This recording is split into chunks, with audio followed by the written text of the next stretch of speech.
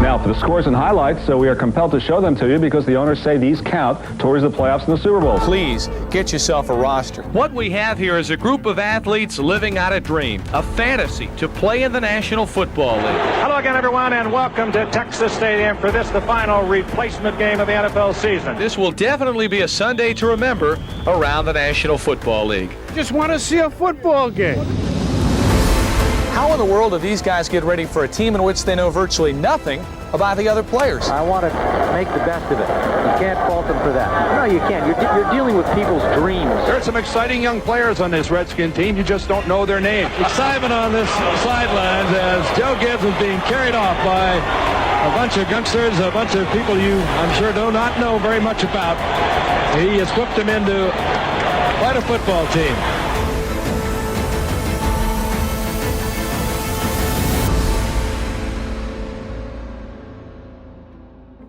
On the outset, Washington's 1987 regular season matchup against the St. Louis Cardinals looked rather typical. 1 p.m. kickoff at RFK Stadium, an ideal October day. Joe Gibbs is the head coach. The home team is wearing those crisp white jerseys with the striped sleeves, burgundy pants with the stripe. And none of Washington's players were professional football players the week before. Huh? Yep, not a single one of them.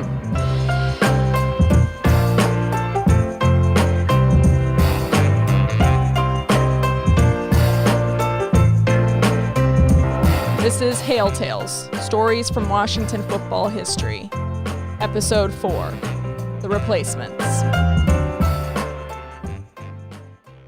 Why exactly were none of these players the, quote, Washington regulars? It started with a strike.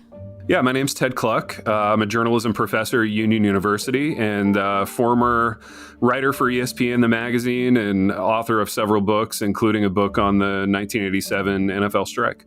The 1987 strike was primarily driven by disputes over a key issue. In the NFL world of 1987, you had teams signing players to these long-term contracts and there was no free agency, right? So the choices that you and I get to make when we graduate college, like where we want to live and who we want to work for, and some of these things weren't on the table for NFL players in that their original teams had always the right to keep them in-house, right?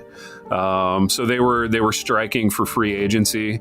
They were striking for the kind of player movement that we see now and that's commonplace and we're used to it. And in fact, the league has leveraged it as a part of their storytelling. It helps keep the league hot year-round from a storytelling standpoint. So the NFL in 1987 looked a lot different. The aesthetics of the game were different.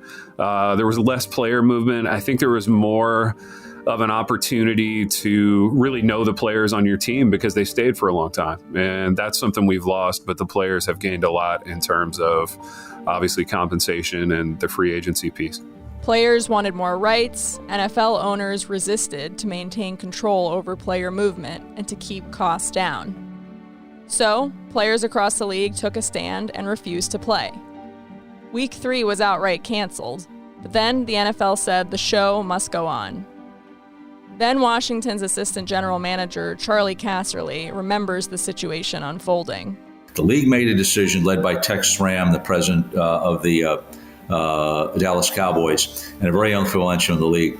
We weren't closing our doors. We were going to play games. We were going to have replacement players and play games. We were going to stay on television. We weren't going to be forgotten. Every team is faced with the same challenges. Players are striking. A team needs to be put out there for games. Right off the bat, Washington is one of the only teams to have all of its players unified for this cause. So, Charlie Casserly and Washington's personnel staff have got to fill positions, and they've got to do it quick. It kind of dawned, we're going to have to do this. So, Bobby Beathard was doing his job, which was to, take care of worry about the strike, the labor negotiations, and all those things. So I jumped on starting to sign players. That's Wednesday.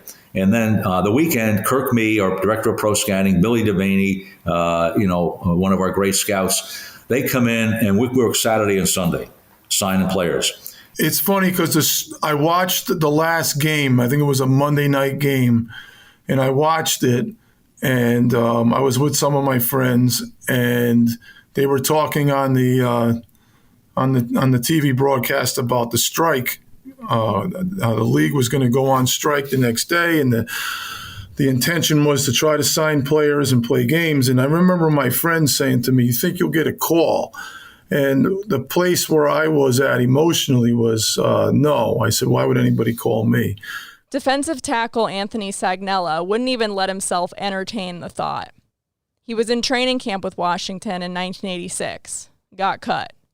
With the Jets for the 1987 training camp, that didn't end well. He had pivoted to working in construction, dropped 25 pounds after not working out. I was emotionally trying to separate myself from football because, in my eyes, I had failed at my dream. So I was trying to figure out what the next step in my life was. Then the strike happened. When I got home, as I pulled into the driveway, my little brother came running outside and told me that Charlie Casserly had called the house. So I went inside, I looked at the phone number, I recognized the exchange, and I called him. And I kind of remember the gist of the conversation. He asked how I was doing. He told me, I remember his words were, Bobby, Joe, and I are serious about this, and we're trying to put together the best team that we can. Number one, numbers. We're going to practice next week, okay? And we better have enough players to go practice with. So we got to get numbers. So where are we going to go? Well, Kirk had some contacts, and I did with the CFL. One of his administrative assistants called me. And at the time, she was laughing, really. Offensive lineman Willard Sissom had played in the CFL. When the strike happened, he was living with his mom and working as a security guard at a 7-Eleven in Southeast D.C. At the time that she called, I think I was hanging a picture or portrait or something for my mom, doing some chore for my mom. And she said, "This is so-and-so from the Washington Redskins." And I'm thinking, yeah, how did y'all get this number? I'm really thinking it's a prank from a friend. I thought to win, you're going to have to play in 10 days. Offensively, you got to have players that can play in 10 days in a system on offense. So what do? You sign players that had played in Washington, knew the Gibbs system, even guys that hadn't played in a year. Okay, we're searching for bodies. I was a manager at a Siemens Furniture. They're no longer in existence, but I guess similar to like a Bob's Discount Furniture today. So I was a manager at that location, and my mom called me to inform me that someone named Charlie Casserly was trying to get in contact with me. Wide receiver Kieran Bigby, a model replacement in the eyes of Casserly and Co. He had just been in Washington's 1987 training camp. The replacement squad is coming together, and they're coming from all kinds of places. One of our coaches, this is hey, my boy's the point. We had to get players. He says, "I know 4 guys who are playing minor league football in Richmond. Hey, that's great. They were in a halfway house. Get them here." Okay. Casserly is relentless. The calls keep going out, even when practices started back up, and Washington is one of only a few teams in the league that had 50 players. He ends up signing arguably Washington's best replacement at the airport. Guys join the team mid-practice, meeting their coaches for the first time in a huddle. There's this excitement around a dream revived, a chance to play pro football and get this paycheck. Then, this other reality smacks him in the face. On the way down, then I started the process, holy cow, I'm going to play football again. And that was a really cool feeling for me because I thought it was over and I thought that I would never play again. And so emotionally, I was kind of like a little kid. I was all happy. Then I got there. And then I saw it and I was like, oh, what am I doing? Like I did not envision that kind of turmoil. Like I really wasn't paying attention to that on television. And then it started to make sense to me. I was like, oh my God, yeah, what are we doing? Definitely temperatures was raised, because, you're not getting paid, 2-time Super Bowl champion, Gary Clark. He was striking.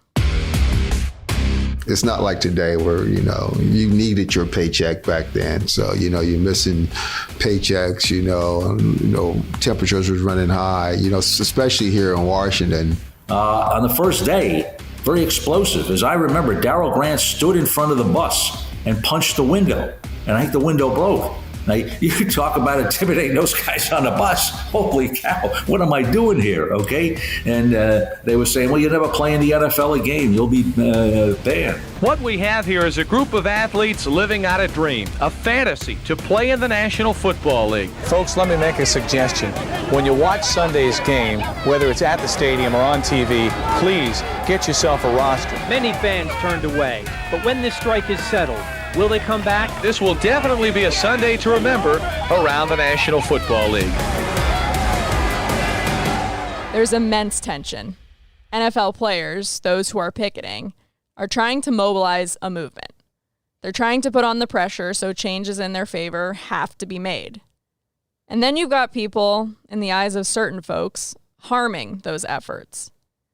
But these replacement players are just trying to do their job in the stressful, strange circumstances before them. We were told coming into camp prior to these games that, hey, you're going to be the representative of the Washington Redskins. We have 3 very important games that can, tilt the balance of whether or not we get into the playoffs and we're able to make a run. Yes, the guys are going to be outside and, they're going to express themselves in various ways. But it's important that you remain focused because we do have a job to do. And, though they are on the outside, we have to coach the team that we have in front of us. And you guys, for the foreseeable future, are the Washington Redskins, and we want you to perform as such. Though emotions were running high and serious issues were on the line, there was also a ridiculousness to the strike period. I know where you're going. Go ahead. Yeah, you know where I'm going? You know what Christine Brennan told me? Yeah, what'd she tell you? The one thing the players were not supposed to do, obviously, is go back into the building because it was a picket line and the strike was on. Well, Dexter Manley had forgotten to clean out his locker before the strike, even though everyone else did.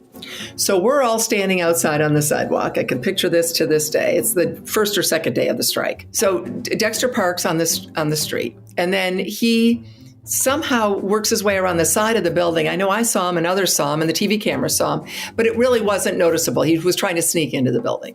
Okay. So some people missed it. Others saw it out of the corner of their eye. But, it's like, we think Dexter just went in the building, totally breaking and crossing the picket line. So okay. So a few minutes later, the front door of the park opens. And there's a big guy with a towel over his head, or a big towel over his head. And he's got like shoes and stuff in his hands, and he's coming out the door, but the towel or the robe or whatever it was that was over his head got caught in the door. So as he's running, it all falls off. And of course, there's Dexter Manley standing there, running out, and kind of laughs and giggles and then kept running out of the building, having crossed the picket line, now crossing the picket line again with his shoes and other stuff that he'd forgotten. Hey, if Christine said it, I guess it's so. And on the replacement side, there were many moments that couldn't help but make people chuckle. Joe Bugle was our offensive line coach. And I said, Joe, how's it go? He says, well, he says, I wanted to show this offensive lineman, how to punch. So I took my fist and I punched him in his stomach, but my hand disappeared in all the fat. So, hey, we can't worry about things like that. Nobody's going to be in shape. So we only had 8 offensive linemen. The 8th guy was a substitute teacher in Leesburg. He was a long snapper. We have, on the night before the game, we have a snack. It's at 10 o'clock. And it's after our meetings. The man, the myth, the legend, Joe Gibbs. The other thing that the players all get is per diem. Okay, now the veteran guys, per diem's not a big deal to them. They're going out to eat. they got steaks and stuff. They're just, and so per diem, it gets lost really in the deal. So the very first time that we have the replacement guys in, they get per diem handed to them. And, we go to the snack. Now, the favorite thing for me on Saturday night, the night before, I'm the last one to normally come into the snack area because I finished the quarterback meetings and I finished speaking to the team. And man, I am shot, at that point. I'm tired. And what I want is a burger. I want fries, okay? And normally we come in there with the regular team and, hey, it's plenty of food and everything. So I go walking in to the Saturday night, the first time we have the replacement guys. I come into the snack area. It looked like there was not a fry left. There was not burgers left. Those guys had pocketed the per diem and they were eating that snack. Okay. And so I look around at Bobby Mitchell, who's always there kind of working with us and everything. And so I was kind of, upset. I said, Bobby, where's the burgers? You know what I mean? And they said he went back there and opened the door where the cooks were and said, get those burgers. He was screaming at the cooks. I always remember that. I mean, those guys, it was like the locusts cleared the thing out. They ate every single thing that was there, the replacement guys. Washington's replacement players were also hungry to win. Those in the building gave this group the confidence and all the tools at their disposal to help them succeed. That pays off in week 4, Washington's first game with the replacement players. The team beats the Cardinals 28-21 at home. Replacement wide receiver Anthony Allen had 8 catches for 255 yards and 3 touchdowns, which is still a franchise record. They're wearing Redskin jerseys, and that's all that matters to the folks in here at the moment. 88 yards. Ed Ruber from Louisville to Anthony Allen, released earlier by the Atlanta Falcons.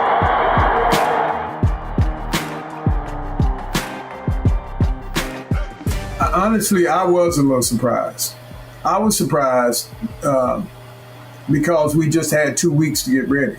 I think we were only in pads maybe 6 or 7 times before we played them. And they had EJ Jr. that crossed the line. He was an all-pro. They had I think 11 players total off their regular squad that were playing in the game. And of course, Gene Stallings was their head coach. And, so I've never in my life gone into a game thinking we were going to lose. I've never done that. But I did think this is going to be a tough job. This is going to be, we're going to have to play.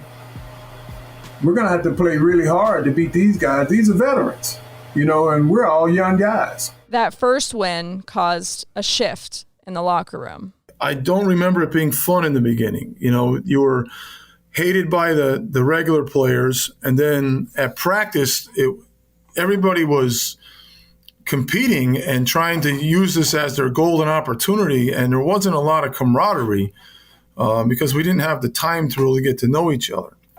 And I just remember being in a lot of, confrontation and fighting in practice in the beginning. And then we played our first game and we won it. And that's when it kind of eased a little bit. Like then all of a sudden you're on the bus saying, where are you from? Where did you play? What was your experience like? And that was really the only time we really had to do that, was when we were traveling to and from the facility back to the hotel. We were kind of encouraged to stay in the hotel, not to really go anywhere. And, we didn't have cell phones, so you were kind of severed from home. You didn't talk to your people at home. The media wasn't very kind to us because every time you turned on the news, they weren't saying nice things about us. The regular players were outside picketing. And, at some point we had to turn to each other. And I think once we started playing games and we were winning, that just made it so much easier. Next up, the New York Giants, the defending Super Bowl champion New York Giants. Just watching the film on them, they didn't look like the New York Giants that won the Super Bowl. They didn't look like that. Lawrence Taylor was not there. And all those guys, that made up that awesome defense that they had. A lot of them hadn't crossed the line yet, and I thought that was probably the least best opponent that we played. I think we just torched them. We beat them pretty bad, and I've read since. I didn't know this at the time, but I've read since that they, the players and maybe even some of the coaches didn't take it as seriously as the Redskins did, and they weren't. I didn't think they were very well prepared. Washington handles New York, winning 38-12.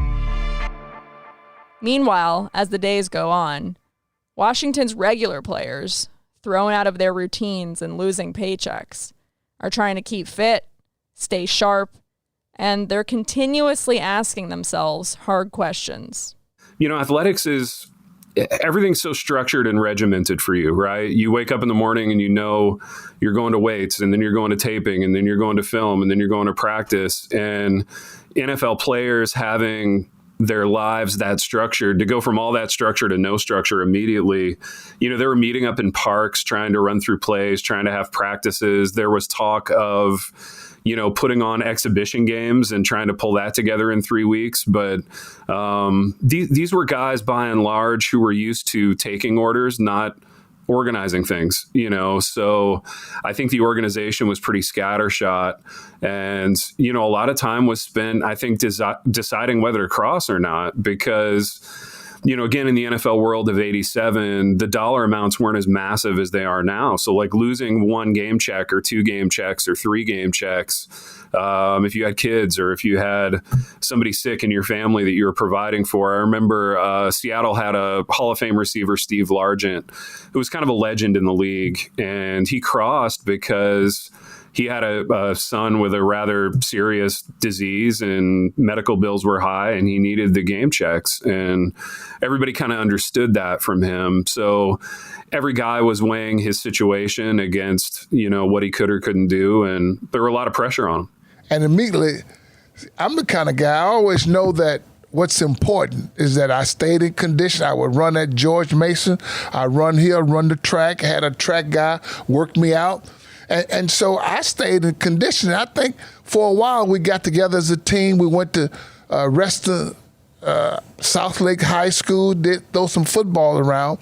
But overall, I think that some groups stayed together. Some groups decided to go off on their own and stay in conditioning. I did it all the time.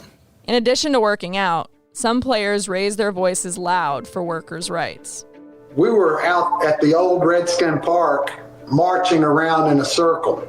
3-time Super Bowl champion Jeff Bostic. We're just doing our thing, and we'd have signs that stated what we want, and guess what? The media helped push it. Day-to-day activities varied. Players' individual situations had their nuances. But Washington's regular players stuck together. That wasn't always easy, former guard Raleigh McKenzie remembers. All kinds of characters now, from a high upstanding art monk to somebody as rowdy as Dexter Manley, So we had to, we had to control a lot of things during that time, and so it's that in that turn you can tell. I saw a lot of respect being shown and thrown around that I normally didn't see, collectively. And that's when I really knew that this team was special. And, just the way, we got together and had our meetings and talked about the whole situation. I said to him, just make sure you stick together. That's what we want. Stay together. And they did. Not every team could say the same. Several players who had at first said they wouldn't play changed their mind. Yeah, there was trickling going on from week one, right? But the most famous trickling was when Dallas, I believe Tony Dorsett, I believe Randy White, and I believe Ed Too Tall Jones. I believe when they crossed, those were the most prominent players that had crossed. And of course, at that time, they said it was a financial decision, was the reason why most of those guys did. Ahead of week 6, which would end up being the last game of the strike, Washington readies to face its bitter rival, Dallas, at Texas Stadium. I'm sitting there thinking, we got no chance in this game. Monday Night Football in Dallas, and who's playing? Tony Dorsett, Hall of Fame. Randy White, Hall of Fame. Too Tall Jones, the number 1 pick in the draft, All-Pro, playing. Danny White, quarterback, not in the Hall of Fame, but he had taken him to championship games. He's one of the best quarterbacks in the league. So who are they playing with? Well, we don't have any of those players playing, okay? So I'm thinking, we got no chance in this game. None.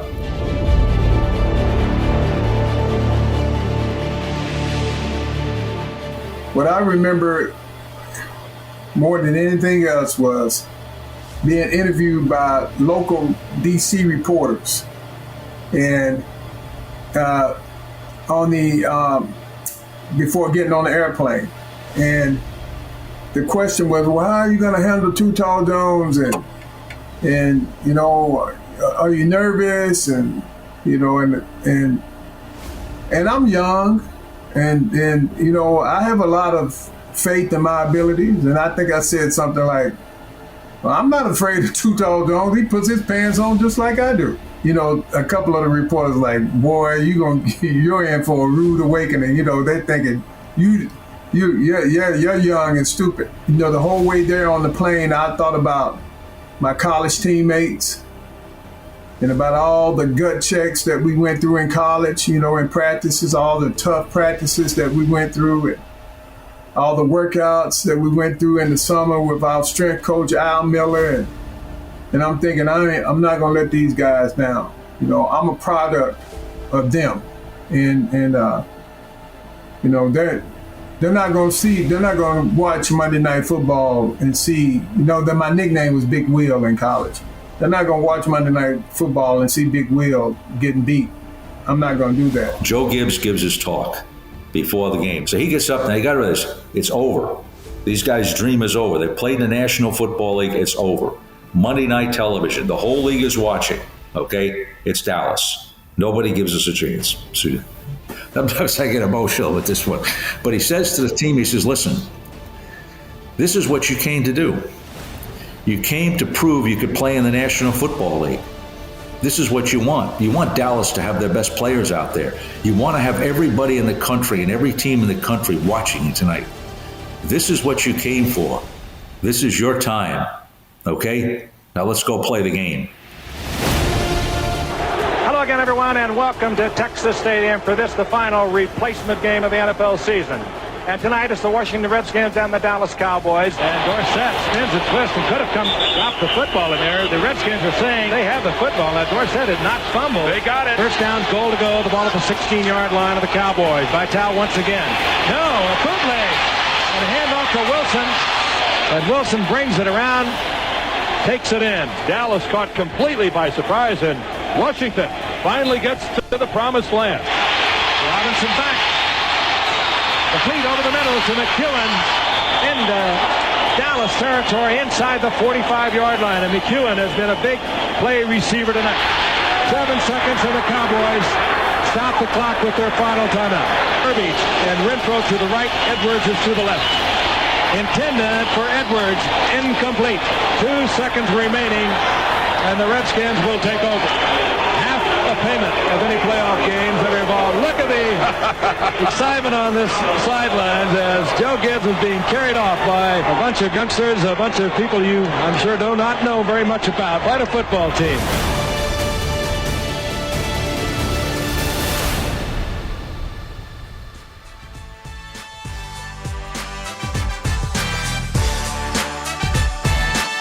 Still today, I think that's probably one of the best games I've had. From high school to the NFL, I think that's probably one of the best games I've ever played. We were all focused and everybody was dialing in and people were stepping up. We lost our quarterback early in the game and Tony Robinson came in and just made some remarkable plays. I just remember Craig McEwen, the catches he was making, and Joe Caravello. Watching those guys compete when we were on the sideline was just tremendous. And, the game came down to the end. Dallas had one last drive. And I can remember the guys in the press box. Bobby is screaming his brains out. He was so wound up in the fourth quarter. Were we going to be able to hold him? There was so much emotion on that. It was really a very emotional game. It was exhilarating. What's interesting is I remember Joe Bugle, and he climbed on our bus, and he had a big smile on his face, and he said, "We'll see you in 4 years," meaning, I guess that's when the next contract was going to expire. And I just remember everybody cheering and laughing, and I was like, "Yeah, I won't be around. I don't think I'll be in shape. I'm not in shape now. I don't think I'll be in shape then." It was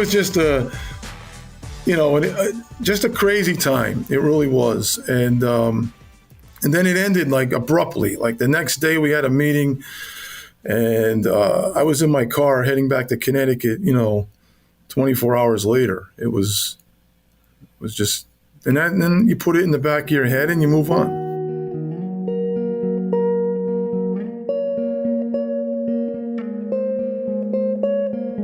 The strike was over.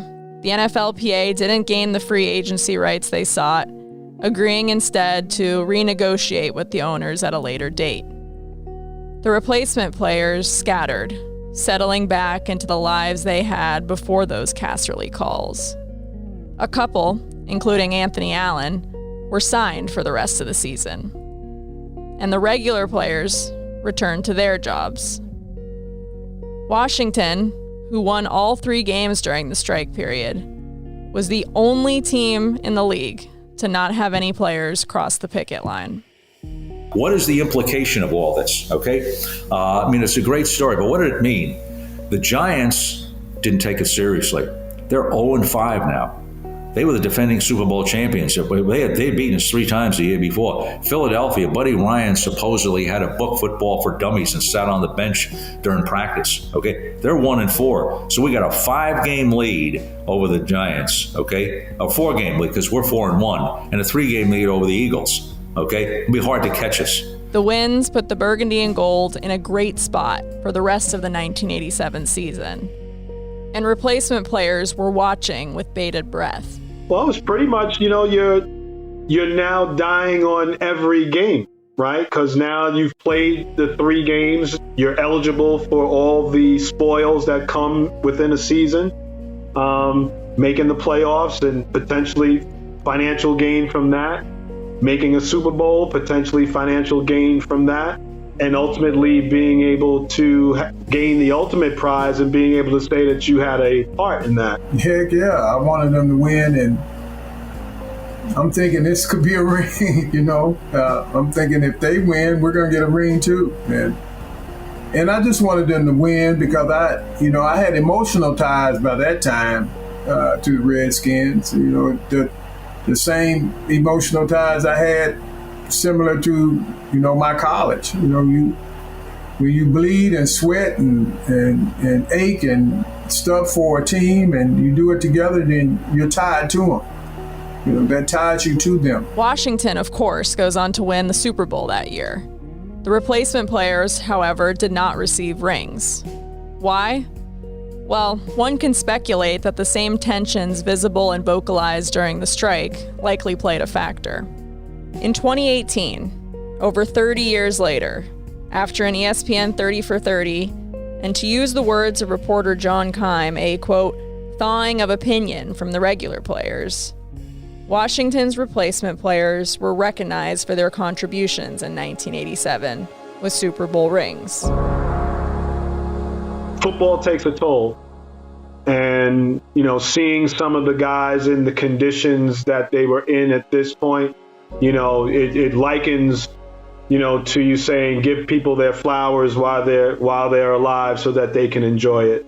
And so for me personally, I was very happy that, everybody was able to be recognized for the tremendous accomplishment that we were able to put together in that 5 to 6 week span with practice and with games to be able to help the big club get to the promised land.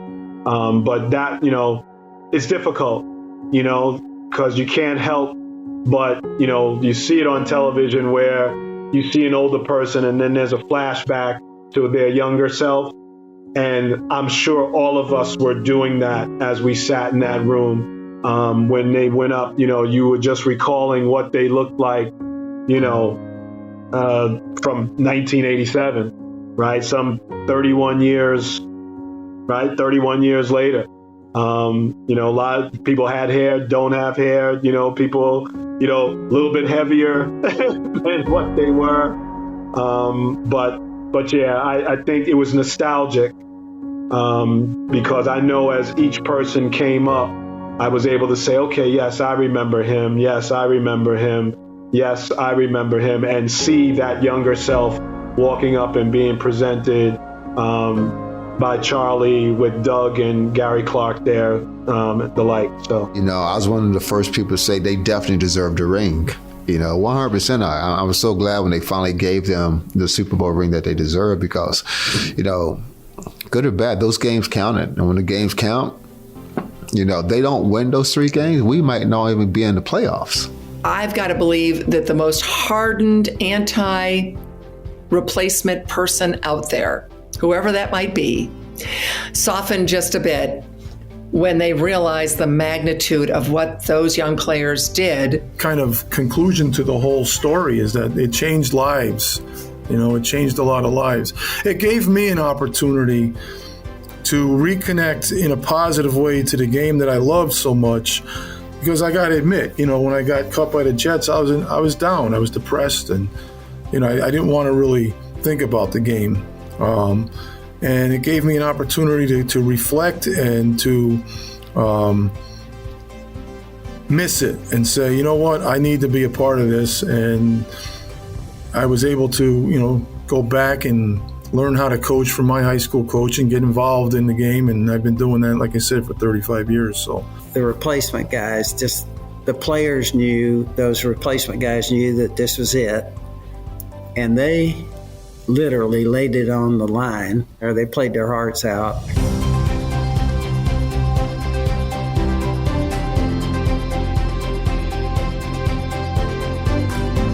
This episode was narrated, produced, and researched by me, Hannah Lichtenstein, senior copywriter for the Washington Commanders. It was produced and edited by Jason Johnson. Executive producers are Ray Allenteen, Ryan Yoakum, and Kevin Klein.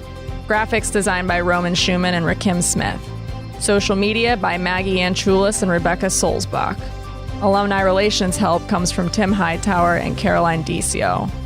Thank you to all of our guests for their contributions, and thank you for listening. Have a favorite franchise moment you think should be featured on Hail Tales? Let us know, and we just might cover it in our next season.